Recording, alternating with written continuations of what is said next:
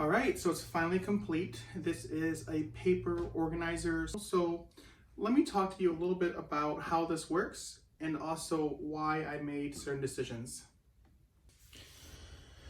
So I think the most obvious feature is that there is no hardware, so to speak.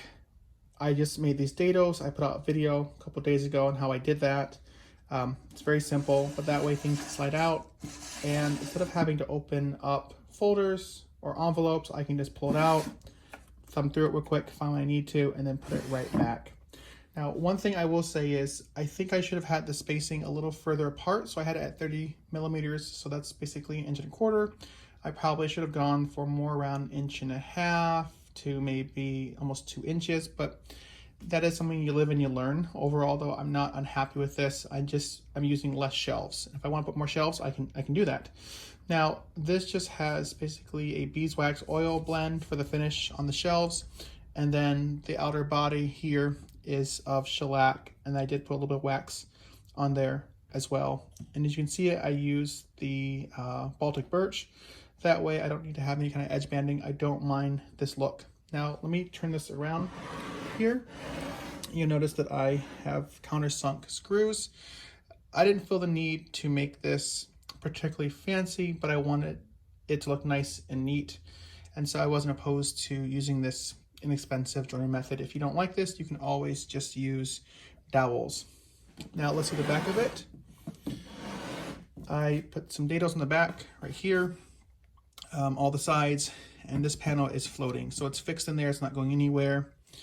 I didn't feel the need to use a big thick piece of plywood to do that. And go back to here, and I think that about really covers it. It's a very simple piece, and you know, when I've been to my child's daycare, I see a lot of things made out of Baltic birch. They're very simple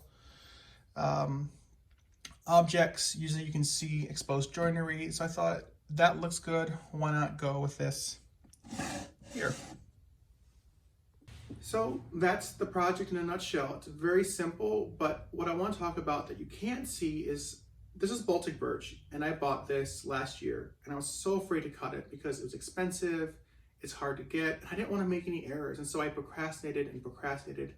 And eventually I'm like, okay, this whole garage is being redone. I need to start using up the plywood in here. Otherwise it's gonna be a huge pain. So I said to myself, let me build something that's gonna help me. And that's where this came out of. Was I needed something that was for me.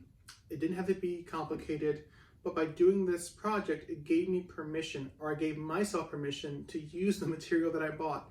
And I know that sounds kind of weird because you're like, well, Aaron, you bought the material, you're spending all this money on tools. It doesn't make sense, but in a way it does, because the tools, we see that we have them 10, 20 years from now, where the material, it gets used up. And so I think that creates some hesitancy for a lot of us in moving forward with our projects. And you think, what if I ruin it? You know, I made some mistakes here, not big ones, but there were a couple of mistakes. And you know what? I just said, it is what it is, and I moved on. And I don't let those mistakes get in the way. I use them for future projects, the lessons that I've learned from those mistakes. So overall, I'm very happy with this, especially the way it looks in the light, especially this light, this natural light. So I'm gonna put this on my desk now and be a little more organized. So I'll see you guys in the next video.